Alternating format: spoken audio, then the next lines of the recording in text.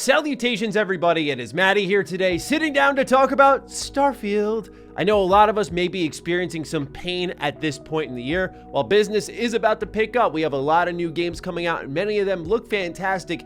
This was around the point where we were starting to reach the apex of the Starfield hype if it were to have come out this year. Unfortunately, as we all know, it got delayed, but that doesn't mean that news is going to slow down. And in fact, if some news in this video is to be believed, which I'm not biting quite yet, we could be seeing a release date this year. We shall see on that, but we're also going to comb through some interviews between composer Inon Zur and former Bethesda Game Studios employee Nathan Perkypile to dive deeper into what Starfield will offer us.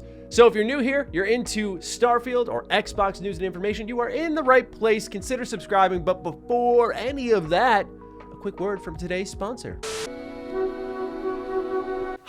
This is just the life, man. Playing a little bit of the OG Fable, the Lost Chapters on the Xbox. I mean, it doesn't get better than this, especially because, we're so interconnected nowadays. It's just nice sometimes to detach. Hey kid, Mr. Bethesda here. I bet you're wondering how I knew you were online. Checkmate, there's an Ethernet port in the back of your Xbox, so I knew exactly where you were. What's it now? I need to learn more about this VPN. VPN, Virtual Private Network. If you are interested in online security, look no further than Surfshark because they have your back just like they have mine. Surfshark allows you to monitor your personal data online, getting real-time breach alerts that protect your identity. They also provide their own antivirus software that performs scheduled scans. They also even enable the ability to connect to public Wi-Fi so long as you are connected to a VPN beforehand, so Surfshark has your back no matter where you are. So now if you're interested in signing up, as I'm sure you've already seen, there's a QR code on screen that you can scan right now to bring you to Surfshark. And if you're not satisfied, there's a 30-day money-back guarantee there as well. You can head to the link in the description and enter the promo code MATTY for 83% off and 3 extra months for free. So one thing you probably should familiarize yourself with before we dive into this video is SteamDB. This is a website anyone can access, and effectively it lets you see movement on the back end of any app on the storefront. So you'd simply click on that app, like Starfield here, and you could see the history of changes that the developer is making to the back end. In the case here of Starfield, we're seeing that there are frequent changes throughout this entire month of September. The changes specifically are user store tags. This is a bit different from, say, back in June when the game was re-revealed with official gameplay and they updated the screenshots, they updated the release date, so on and so forth. But right now, what has been changed throughout this month, dating back to even August, has been the user tags. However, there was a period of time that there was silence, if you will, on the Starfield front, and it wasn't for a month that the actual listing was touched. But suddenly, business picked up, and you're seeing now that there's a lot of frequent changes coming to the SteamDB for Starfield. You can actually see that physically represented on the storefront when you look at Starfield's page and you see it's now listed as an Xbox Game Studios title. It still has the sale banner there, even though the sale is now going to expire. But when you go over to Reddit, people are starting to theorize that this could mean that Starfield release date will be revealed soon because there is movement on the SteamDB.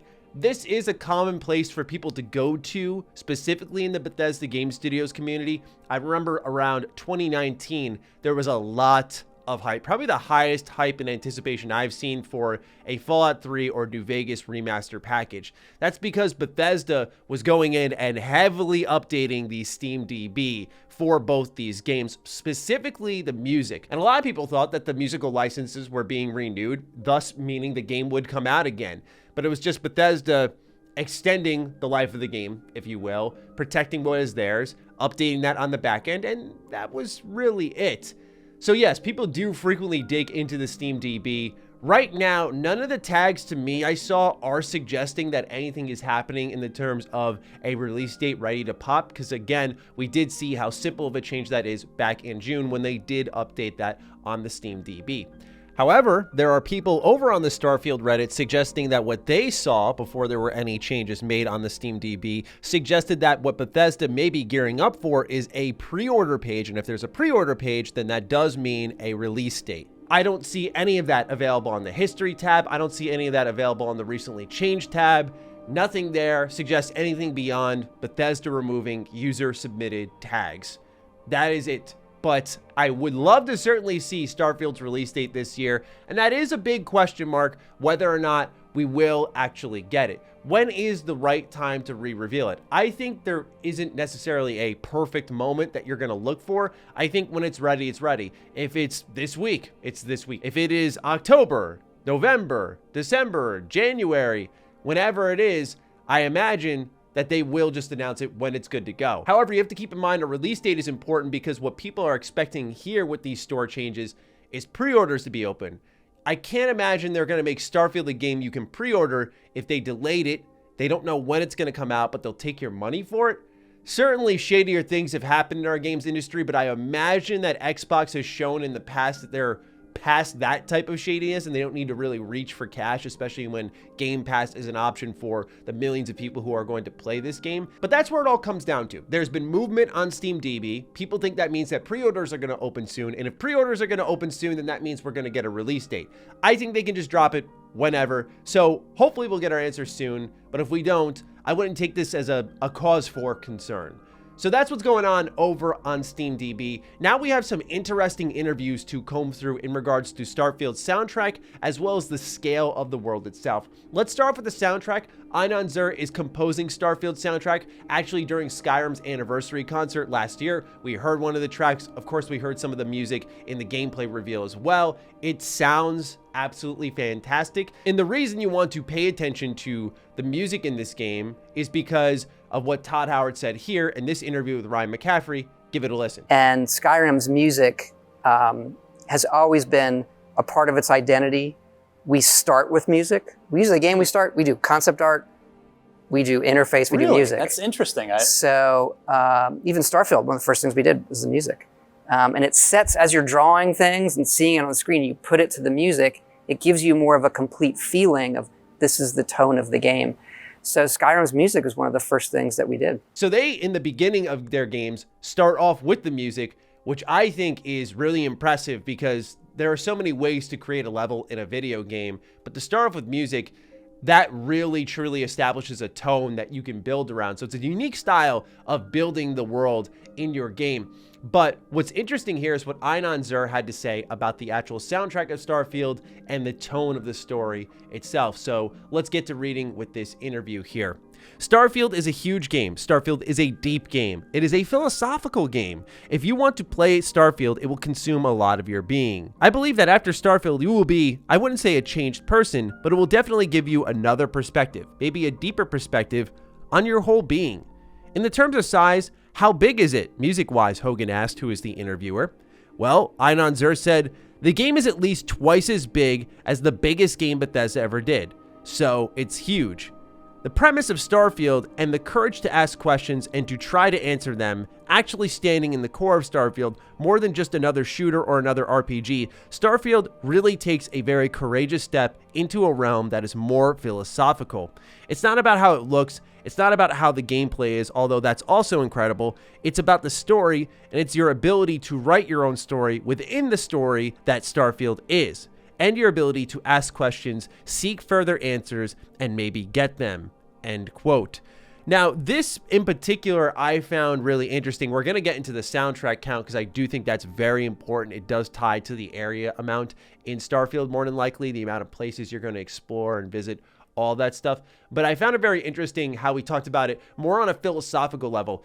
I got to be honest, I love Bethesda Game Studios. They've had great stories in their games in the past. Fallout 3's main story in particular. Of course, the Dark Brotherhood arc for Oblivion is another one that was just super creative. They have great stories peppered throughout the place, but deep and philosophical is never the word I would attach to them. And that's fine because their games are defined by the adventure to me more than anything. However, when you see here, he's talking philosophical. I think the closest maybe we got to that with questioning your own being is how they were trying to convey it in Fallout 4 with the humans and the synths, them looking alike, the uncertainty of who's who and what's what. There was that degree of uncomfortability in the Fallout universe as they were progressing as a people, they were rebuilding as a people, that there was now this new problem in the terms of humanity and how it connected to your main character when, of course, you met Sean and all that good stuff. But to me, that was the closest I personally got to philosophical or emotional in a Bethesda Game Studios game.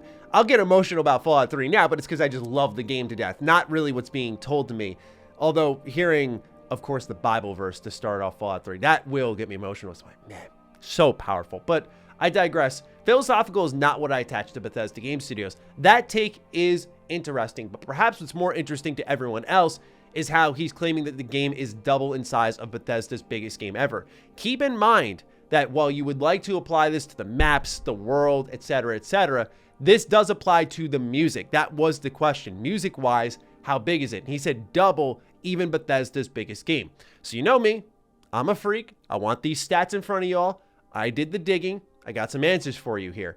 So let's look at some of Bethesda's soundtracks and just how big they got.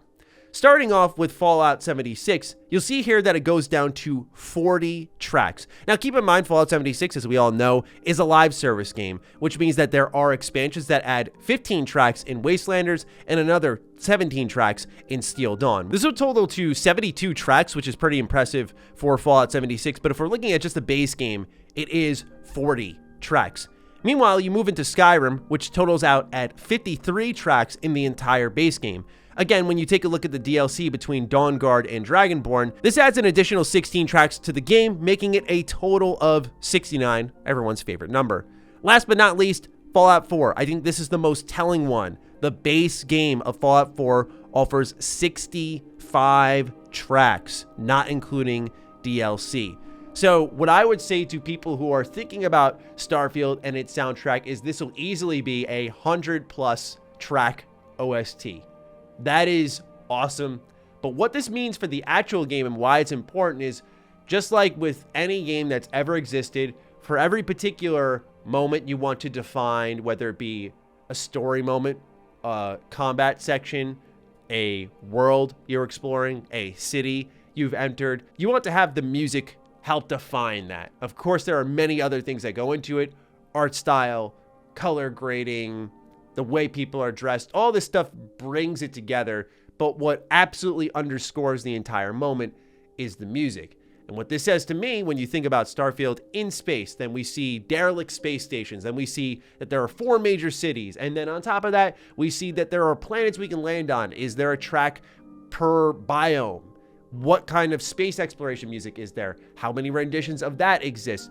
Remember that in Fallout 4, Skyrim, depending on where you are, what time of day it is, there's going to be different wandering tracks. You have to do that for not only the ground now in Starfield, but particularly the biomes and then space. So our ears will be treated, but it does, again, speak to the scale and ambition of Starfield. I'm not trying to read too deep into it. I know I love Bethesda Game Studios. I love their games. I love their music. Don't get me wrong. I know it may sound like I'm reading deep into it, but based off the way Bethesda makes their video games and how they start with music and how they build around that, this is actually a much more important footnote than I see any website giving it coverage for. So I just wanted to make sure I highlighted that at the heart of this video here.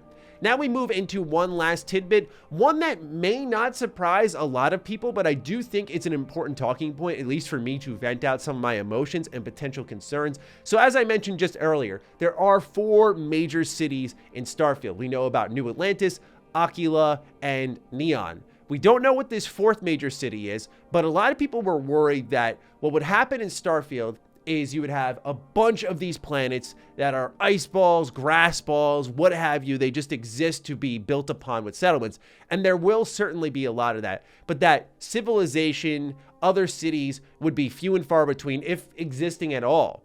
And now we have some form of confirmation that there are other cities and places to explore and people to meet within Starfield that isn't just those major cities, which I don't know about you all, but I've just kind of gotten to the stage in the game where until someone says otherwise, I will speculate happily, but that concern will live on until someone says, no, that's not a thing. Don't worry about that.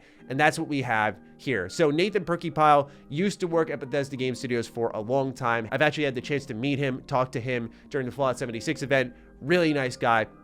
And so he actually shared some thoughts here on what's going on with Starfield and some of the cities that we can explore. Ex-Bethesda developer Nate Perkypile made the initial comments about the open world game on Twitter a few months ago, after he left his studio role as a lead lighting artist. While there, Perky Pile says he worked on one of the 4 major cities in Starfield, Neon, and a lot of other random cities and locations. We caught up with Perky Pile to ask him more questions about what he meant when he was saying there are more cities and locations, to which he replied, probably not a surprise, that there's a lot of other less major locations, kind of always the case for Bethesda Game Studios games, where main cities are significantly bigger projects than a lot of other locations in the game. This, of course, isn't a surprise, but to me, city says civilization. And the reason this is important is I do think to Fallout 4, and one of my biggest complaints about Fallout 4 to this day is that you just had Diamond City, and then you had Good Neighbor, and that was really it in the terms of civilization. Of course, you had the Institute and so on and so forth, and it did make sense for the game to some extent that, okay, yeah, you're going to have less pockets of civilization in a post-apocalyptic world. But that was one of my favorite things about Fallout 3 New Vegas, was wandering along, seeing a camp that was set up, meeting life that was out in the world. There wasn't a lot of that. There weren't enough, I'd say, major cities, major points of civilization. And that did bum me out quite a bit. So personally, I feel like this is a bit of a relief seeing this, especially in light of some of the procedural generation comments we've heard for the game, and that there is a concern for some about the amount of handcrafted content in this game. To me, again, cities say civilization, there is speculation in that, but I did find it a little bit relieving. Although for many, it was a foregone conclusion, which is why I didn't want to lead the video with this one. So I wanted to tap it here on the end. So let me know what you're thinking about all this Starfield news in the comments down below. I'm certainly looking forward to seeing your thoughts. Other than that, be sure to follow me on Twitter, follow me on Instagram. Those links are in the description down below. And a big thank you to all the patrons, all the members who continue to support the hell out of the content here. Stay sexy, stay active. I love you all. Peace.